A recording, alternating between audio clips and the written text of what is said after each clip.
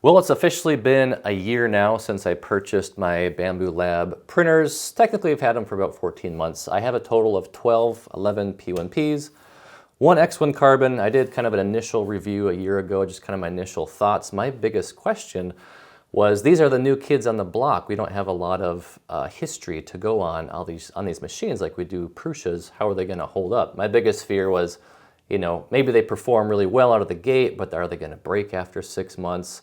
I started with Ender 3s, a whole bunch of Ender 3s, hated maintaining them. I started slowly shifting over to Prusa's because those are kind of the print farm go-to machine. They're reliable.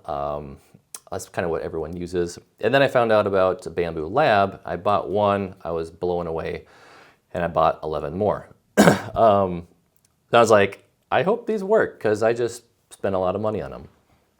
To jump to kind of the conclusion, they've been phenomenal.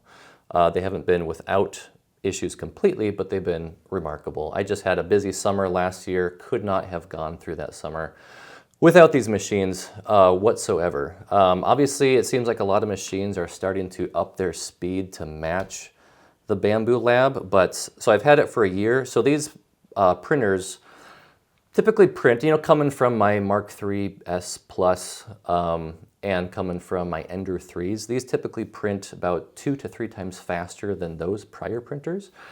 And so how I look at it is I've basically got 2.5 years worth of use out of these. These have printed, 2.5 years worth of parts within 1 year. Obviously, there's other printers that are catching up to the same speed as these guys, but I've absolutely loved these. They definitely sold me. I'm definitely going to be a loyal buyer for a while. Can't wait till they come with the whatever they're going to call it, the Max or the Plus version or whatever. I'm definitely going to get that on pre-order. But anyways, maybe some cons, some things I've run into. One, the original bed sheet, build plate, whatever you call it. I used the textured one, the black one. They had some bad batches and they started flaking in my white prints. That was kind of annoying. They just recently switched to these gold ones. They're phenomenal. Obviously, you can buy aftermarket ones on Amazon. I've had, let's see, I think 2 nozzles just completely fall right out of the hot end. I'm guessing because, it goes through and it samples all these points for the bed leveling. I'm guessing all that jarring over time just kind of jarred it loose. But out of 12 printers, 2 of them came out. Pretty quick fix though, just replace the hot end. Hot ends are relatively inexpensive compared to other machines. What else? I've had a few other issues. It does a pretty good job of diagnosing what the issue is when it does its calibration. I had one, I couldn't figure out what it was. The codes aren't always super clear on what they mean. You kind of have to look them up. One, I wasn't sure what it was. I emailed support and they said, it was for the bed. The bed, I guess the wire was loose is what they said. And so I kind of took it apart, took the plug out, plugged it back in, and actually fixed the problem. This one has an issue at the moment. I think the thermistor wire has an issue. Maybe it's just old, needs to be replaced. I have that on order. I should get that probably in a few days. Hopefully that fixes the problem. Again, the message that popped up wasn't super clear and definitive as to what it was. But I gotta say, over 12 printers printing almost nonstop for 14 months and having a few issues that are really only consumable issues. There's no hardware issues. I haven't had a bearing or a belt snap or a linear rod or some issue like that. They're consumables that are meant to be replaced.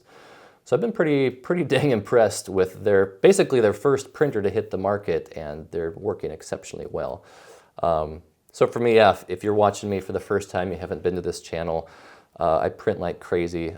Printing used to be my full-time job, and now the parts that I print are an accessory to another product that is my full-time job. So I really depend on these very heavily financially to run my business. And I wish I could have bought these a long time ago, but they didn't come out until, I think, 2023, so I couldn't have bought them anyways. So overall, incredible machines. Highly recommend them. I can't believe they're being sold for such a cheap price.